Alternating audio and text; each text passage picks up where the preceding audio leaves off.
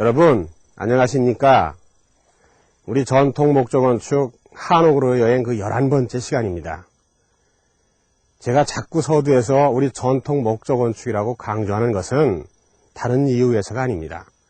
한옥은 목조건축입니다. 목조건축 하면 서양식 통나무집이나 비버리 힐즈의 목조주택만 연상하시는 분들이 많아서 드리는 말씀입니다만, 한옥은 단순한 목조건축이 아닙니다. 세계 어디에 내놓아도 손색이 없는 격전 높고 수준 높은 목조건축입니다. 무조건 우리 것이 좋다고 목청을 높이는 것이 아니라 이 시간을 통해 지금까지 저와 10차례에 걸쳐 함께 공부한 한옥을 통해 생생하게 확인한 사실 아닙니까? 지금은 세계화 시대입니다. 세계화 시대일수록 우리의 소중한 전통문화에 대한 긍지와 사랑 없이는 세계 무대에서 당당해질 수가 없습니다. 경쟁력도 가질 수 없습니다. 자연 친화적인 생태건축의 전형인 한옥이 세계 건축문화에서 뜨거운 주목을 받는 날이 곧 오리라 확신하면서 오늘 이 시간에는 한옥을 짓는 목조건축가, 즉 목수의 세계에 대해서 여러분들과 함께 살펴볼까 합니다.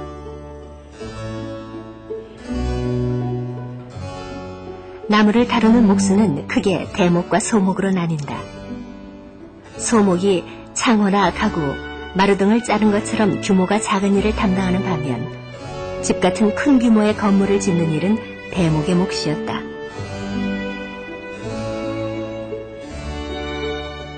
수많은 부재들을 서로 잇고 짜맞춰서 짓는 한옥은 목수의 머리로부터 시작해 목수의 손에서 끝난다고 해도 과언이 아니다.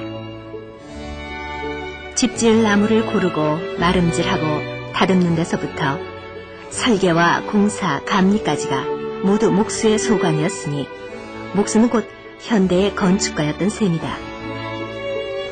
장인들의 세계가 그렇듯 대목의 세계에서도 위계 질서가 엄격했다.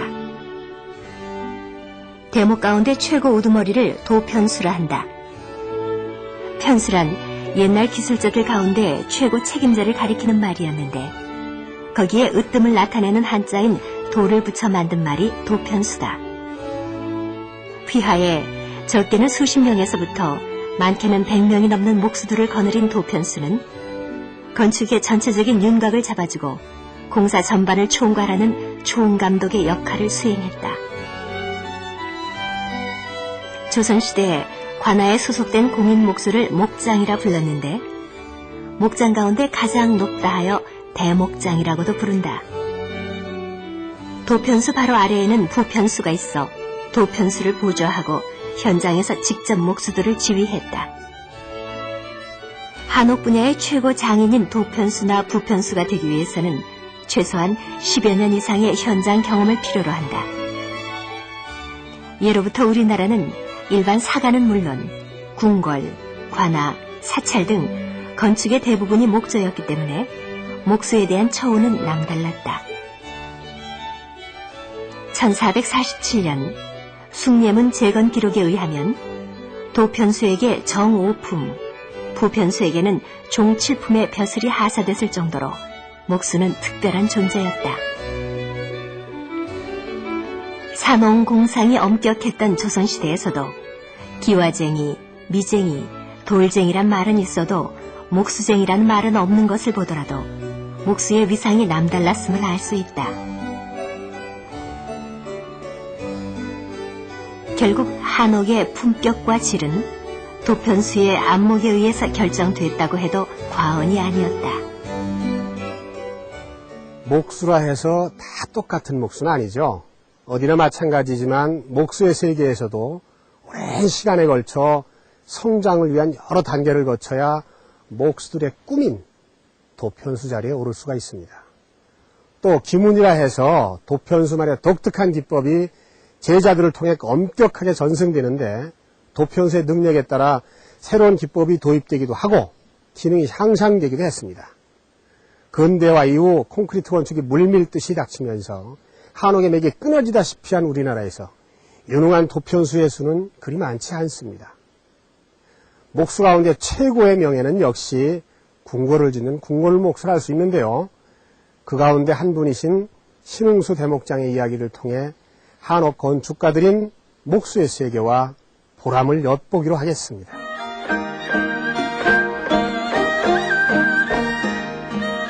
새 단장을 하고 다시 태어난 근정전을 보기 위해 추운 날씨에도 불구하고 많은 이들이 경복궁을 찾았다. 경복궁의 정전인 근정전, 부지런히 정사를 돌본다는 의미에서 지어진 근정전은 임금이 신하들의 조례를 받던 곳이자 국가의식을 거행하고 외국 사신을 접견하던 곳이다. 빛바랜 왕조의 명성을 되살릴 수는 없지만 옛 선인들의 지혜와 슬기를 되살리기 위해 천년 궁궐을 복원하는 고난도의 작업.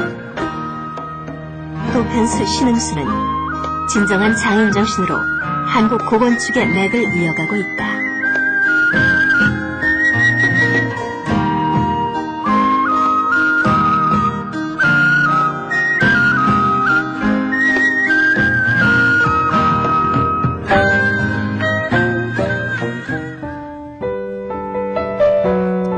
우리나라에 현존하는 최대 목조 건물 근정전은 1394년 태조 3년에 창건됐으나 임진왜란 때 불탄 것을 1867년 고종 4년에 재건했다. 정면 5칸, 측면 5칸의 2층으로 된 이 건물은 내부의 아래 위층의 구분을 없앤 다포식 건물이다. 높은 하늘을 향해 힘차게 뻗어 올라간 처마의 곡선은 보는 이로 하여금 감탄을 자아내게 한다.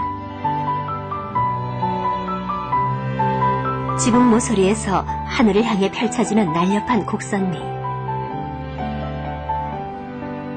처마를 따라 흐르는 정교한 아름다움은 세계 그 어느 곳에서도 유래를 찾아볼 수 없는 한국 고건축의 아름다움을 유감없이 보여주고 있다. 당대 최고의 궁궐 도편수로 꼽히는 신흥수는 경복궁 근정전 외에도 창덕궁, 덕수궁 등 현존하는 주요 궁궐을 되살리고 혼을 불어넣는 작업에 참여해왔다. 이 집에서 이제 아래층에 이런 이 기둥들은 다 그대로 그냥 서 있는 상태고, 이 네 고주를 교차하기 위해서는 이 가운데 있는 이 내진 고주, 이 어깨 부분이 완전히 해체됐었죠. 그러니까 2층은 전체 해체가 됐던 거예요.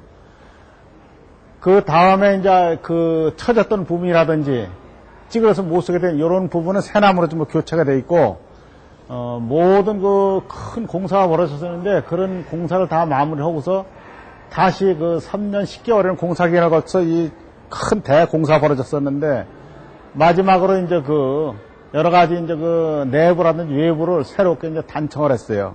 그래서 지금 새로운 맛이 나는데, 상당히 그 공사 기간도 오래 걸렸고, 3년 10개월이라는 그 공사는 그 모든 집의 하중이 높다 보니까, 무겁다 보니까 그런 걸 어떻게 하면 하중을 줄일 수 있나, 이런 연구를 하고 모든 나무에 대해서 이제 그 분석도 하고 이런 과정에서 공사 기간이 좀 더 걸렸지만은 이번만큼은 철저히 앞으로 다시는 이런 일이 벌어지지 않기 위해서 하중을 좀 더 하는 그런 연구도 해가지고서는 이번 공사에서는 덧집도 지어가지고서는 많은 무게를 줄여줬어요.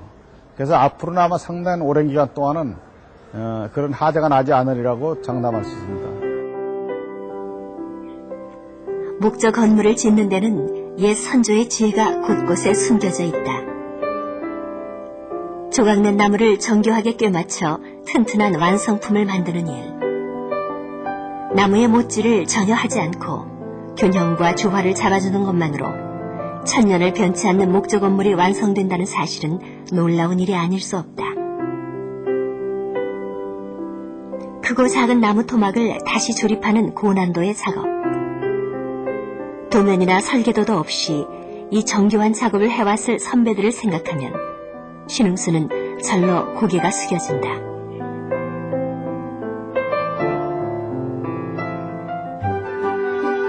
신라시대 창건된 천년고찰 불국사. 30여 년 전 복원공사 현장을 찾은 신흥수 대목장의 감회가 새롭다.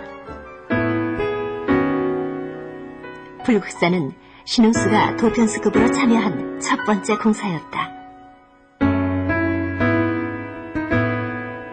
이 건물은 이제 비로전으로서 이것도 요 자리에서 발굴이 됐죠. 발굴해서 이런 기단이라든지 이런 건 옛날에 그대로 이제 그 위치에 이제 사용된 거고, 우리가 이제 건축에서 이제 건물이 주심포집 하면 보통 이제 볏집으로만 많이 알고 있지만은, 이 아래 무설전도 볏집이지만은 유일하게 이 비로전만큼은 팔짝집으로서 아주 그 건축의 아름다움을 최고로 발휘할 수가 있지요. 요 부분이 이제 그 발굴된 돌이죠. 이제 이 돌하고 이거 다 틀리죠. 밑에가. 역시 요 자리에도 그대로 발굴돼서 옛날 걸 그대로 사용을 했죠. 상당히 그 오래된 이 석재가 상당히 또 그 질감이 또 더 친근감이 나타나잖아요. 새로운 돌보다. 이광규 선생님이 이제 여기 보건공사 가셨다고 그래서 이제 남이섬에서 달려왔죠. 왔는데 바로 저한테 이제 오늘 여기서부터 네가 이제 부편수로서 임무를 수행하라 하고 이제 먹을 거라고 이제 하셨기 때문에 아주 이 불국사가 저한테는 아주 뜻깊은 데고 이 큰 공사를 갖다가 참 한 2년여에 걸쳐가지고 참 많은 건물을 졌죠. 그 무설전이라든지 이제 여기서 이제 그 건물도 많지만은 건축 양식에서 이제 이공집소부터 또 이제 해랑은 이공집이지만은 비로전이라든지 무설전 같은 주심부집이 있는가 하면은 또 이렇게 관음전 같이 다포집 이런 많은 건축 양식에서 한 번에 대할 수가 있었어요. 그래서 아주 큰 한 10여 년에 걸쳐서 공부할 거를 몇 년 만에 이렇게 공부를 하려니까 상당히 힘들었죠. 신흥수가 스승과 함께 보건공사를 맡을 당시만 해도 불국사는 거의 폐허에 가까웠다. 들어가는 입구인 자하문과 대웅전을 비롯한 4채의 낡은 건물만 남아있던 불국사. 불국사를 되살리는 일은 당대 최대의 공사이자 신흥수 개인에 있어서도 더없이 중요한 일대 사건이었다. 신흥수는 불국사를 비롯한 여러 사찰의 복원공사를 맡아왔다. 금산사 대적광전은 사찰 건축의 대표작 중 하나로 웅장하고 화려한 것이 특징이다. 자연과 조화를 이룬 고건축의 아름다움을 살려내는 일, 예스러운 멋을 고스란히 지닌 고건축을 복원하는 일, 그것은 최고의 도편수만이 할 수 있는 고난도 작업이다. 신흥수가 지은 사찰 중 가장 자랑하고 싶은 건물. 구인사는 우아하고 기품 있는 한국 건축의 아름다움을 잘 보여주고 있다. 큰 공사가 큰 일꾼을 만든다는 옛말처럼 신흥수는 다양한 사찰 복원 공사를 통해 일에 대한 자신감과 몫으로서의 보람을 찾을 수 있었다. 이게 이제 70년도에 이제 처음 공사로 봤을 적에 이제 이 안양문하고 이 극락전하고 저 위에 자하문하고 이제 대웅전 그 건물 4채가 있었죠. 그래서 그때부터 이제 이 해랑이라든지 많은 이 건물이 전부 복원된 거예요. 이 해랑 옆에 이후에 가면 그 저기 범영로, 좌경로, 또 대웅전 뒤에 무설전, 비로전, 관음전 모든 주위에 그 해랑이라든지 이것이 전부 70년 이후에 복원된 거죠. 많은 건물이 지금 이제 그 새롭게 들어섰지만은 참 그 당시만 해도 완전 여기가 이제 오랫동안 나무 같은 것이 자라고 이제 이런 그 방치돼 있었죠. 고건축의 복원은 전통 기법을 살리되 어떻게 하면 더 오래 보존할 수 있는지가 관건이다. 타포집은 기둥과 기둥 공간에도 포가 짜지만은 주심포는 기둥 가운데만 포가 짜지죠. 그중 여기 안압지에서의 주심포는 아주 그 옛날 그 오래된 그 양식이죠. 이 주도라든지 이런 굽소리지만 받침이 없이 말이죠. 그리고 입자대궁이 쓰고 또 이 집에서는 또 이제 팔짝집으로서 이제 귓보가 건너가고 상당히 그 아름답죠. 이 내부를 보면은 외부에서보다 아름답지만은 그 옛날에 우리 그 건축이 이렇게 참 요런 그 포의 요런 첨차 모양 있잖아요. 요것이 발굴을 하면서 이 물속에서 나왔어요. 그래서 그걸 그대로 한 거죠. 그러니까 옛날 그대로는 여기 지금 안압지 보건공사장을 와보니까 참 옛날에 25년 전에 했던 그 건물 3동이 아직까지도 그 첨화산이 하나도 변형이 되지 않고 이런 거 봐서 참 감개무량해요. 그래서 지금 도편소로서 제가 이런 건물을 복원했지만은 앞으로 남은 인생도 더 좋은 건물을 많이 지어야 되고 또 제자들한테 나보다 더 나은 그런 제자들을 열심히 가르쳐가지고 만들어 놓고 내가 간 후에라도 참 그 당시에 그 도편수로서 참 열심히 해다 갔구나 하는 그런 말을 듣고 싶어요. 평생을 나무와 일밖에 모르고 살아온 인생. 한 채 한 채 집이 올라갈 때마다 가슴 벅찬 감동을 느끼지만 그만큼 책임감도 커서 항상 어깨 위에 커다란 대들보를 얹고 사는 기분이다. 부끄럽지 않은 목수가 되기 위해 신욱수는 항상 자신의 일에 혼신의 노력을 다한다. 100년 후 그리고 1000년 후에도 후대 장인들에게 떳떳한 궁궐 목수로 남기 위해 신욱수는 오늘도 장인 정신을 불사르며 한국 고건축의 맥을 이어가고 있다. 한옥 짓는 일은 쓸만한 목수 구하다가 볼 일 다 본다는 말이 있습니다. 대부분 목수의 수작업으로 만들어지는 한옥의 특성상 목수의 솜씨가 집 짓는 가장 중요한 요소가 되는 것이죠. 그럼 그런 목수들은 어떻게 길러질까요? 대개 목수가 되려면 선배 목수 밑에서 한 3, 4년 모진 시집살이를 거쳐야 겨우 목수라는 딱지를 달게 됩니다. 목수들 대부분이 소위 도제식으로 현장에서 양선된다고 할 수 있습니다. 그렇다면 대학에서 정식으로 한옥을 배울 수는 없을까요? 우리 전통건축을 가리키는 대학은 전통문화학계에 설립되어 있는 전통건축학과 딱 한 곳뿐입니다. 전국 200여 개 가까운 4년제 대학마다 건축학과가 번듯하게 개설되어 있지만 그 어디에도 전통 목조 건축가를 양성하는 곳은 없는 것이 안타까운 우리의 현실입니다.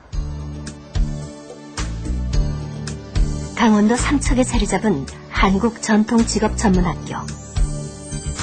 국내에선 유일하게 한옥 건축을 전문으로 교육하는 노동부 인가 직업전문학교다. 1998년 개교한 이래 1000여 명이 넘는 졸업생을 배출한 전통직업전문학교는 6개월에 걸쳐 철저한 실기 위주의 한옥건축 커리큘럼을 운영하고 있다. 재학생들의 연령층은 20대에서 50대까지 다양하다. 저희 학교에 오신 분들은 우리 교육 과정상 20% 이론과 80% 이 실기를 겸해서 교육을 하고 있는데 특히 이 한옥은 실기 위주가 되지 않으면은 실질적으로 지을 수가 없기 때문에 학생 스스로가 깎아보고 잘라보고 이러한 이 과정을 거쳐야만 한옥을 지을 수가 있는 것입니다. 남성들 틈에서 여자가 하기엔 다소 버거워 보이는 목수일을 배우고 있는 이 학교의 홍일점 윤수진 씨. 다소곳한 외모와 달리 무거운 공구를 다루는 그녀의 손놀림은 거침이 없다. 대학에서 서양 건축을 공부했지만 그 한계에 대한 갈증을 우리 전통 목조 건축 한옥에서 풀어보려고 벌써 5개월째 나무와 씨름 중이다. 조급해지면 못하는 것 같아요. 당장 맨 처음에 와서 남자보다 못하니까 이렇게 마음이 들기 시작하면 조급해져서 배우기가 힘든데 절실하게 하고 싶다라는 관심 가지고 느긋한 마음으로 하면 조금 더디 가도 나중에 똑같아질 것 같아요. 독일에서 건축 마이스터 공부를 하다가 전통 한옥의 가치를 재발견하고 다시 한국으로 돌아온 유학파 출신도 있다. 계속 목수일을 배우고 열심히 나중에 기회가 된다면은 대단위의 생태건축 단지를 조성을 해서 진짜 우리나라의 한옥에서 살면 이렇게 편하고 이렇게 건강하고 이렇게 생활이 윤택해진다는 것을 알게끔 했으면 좋겠습니다. 현재 한옥 목수를 지망하는 사람들이 취득할 수 있는 국가 공인 자격증은 문화재청이 발급하는 문화재 수리 기능자와 문화재 수리 기술자 2종류뿐이다. 이 자격증 보유자들에게는 문화재 관련 건축물에 대한 보수와 복원 공사를 담당할 수 있는 자격이 주어진다. 그러나 이들 학생들 가운데는 취업이 아닌 다른 목적을 가진 사람들도 많이 눈에 띈다. 내 집을 한번 줘봐야 되겠다. 지금 68 되신 분도 계세요, 지금요. 내 집을 좀 지어봤으면 좋겠다. 그런 분들, 또 외국에서 공부하신 분들 중에 저는 잘 모르겠습니다만 외국에서는 또 자기네 집을 또 자기네들이 짓는다고 하는데요. 한국 사람이니까 한국에서 한옥을 좀 배워가지고 나도 그런 걸 한번 지어봤으면 좋겠다. 그런 분들이 좀 다양한 것 같습니다. 특히 목수가 되겠다 하시는 분들보다는 되려 그런 분들이 더 많은 것 같아요. 강원도 평창군 봉평면의 한 계곡. 산중턱에 고급스러운 모습을 뽐내며 자리 잡은 서양식 목조주택과 경쟁이라도 하듯 마주 서 있는 전통 한옥 한 채. 이 한옥의 주인 허병일 씨는 2년 전 전통 직업 전문 학교를 졸업하자마자 이곳에 집터를 마련하고 임시로 마련된 움막에서 기거하며 한옥 짓기를 시작했다.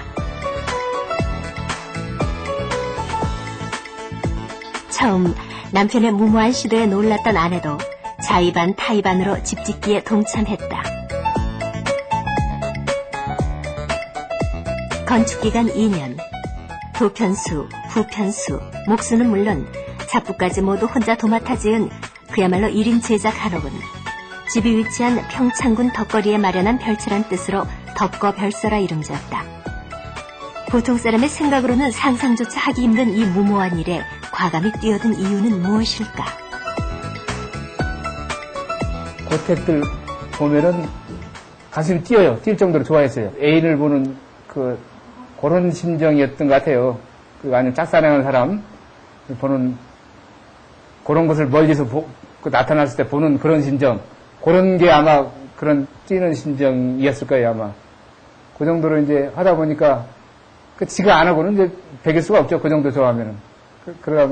그러면서 준비를 했죠. 한 5, 6년 이상 준비하고, 그리고 가르치는 우리 이제 학교를 가서 배우게 됐고, 그리고 또 좋은 교수님을 만나가지고 아주 좋은 기술을 배웠고. 생활에 불편한 것들은 거의 없어요. 지금은 부엌이나 화장실 문제나 이런 것들이 거의 해결되기 때문에 그런 건 전혀 불편한 게 없어요. 지나가는 사람들도 와서도 보고 그래요. 이거는 자기가 다 꿈꿔왔던 거래요. 꿈꿔왔던 거를 당신들을 하니까는 참 행복한 일이다 이렇게 얘기를 하더라고요. 그래서 그걸 보면은 이게 우리들만의 꿈이 아니구나. 보통 도시에서 이렇게 하는 사람들 보면 보통 이렇게 집 지어보자, 뭐 아니면 또 한옥에 옛날에 살았던 사람들은 한 50대 되는 사람들은 시골에 내려가서 이렇게 한옥을 짓고 살아보겠다는 이런 생각들을 많이 하고 있더라고요. 그래서 그런 것들을 한 것이 참 이제 와서는 보람이죠. 근데. 오늘날 우리는 집을 스스로 짓지 않는다. 만들어진 집을 소비할 뿐이다. 더불어 자신이 살아갈 공간에 대한 이상과 그 이상을 반영한 집 짓기는 주인이 아닌 건축가들의 몫이 됐다. 그 몫을 자신에게 돌려준 허병일 씨의 고집. 그리고 내가 살 집은 내 손으로 짓겠다는 집념을 누가 무모하다 말할 수 있을까?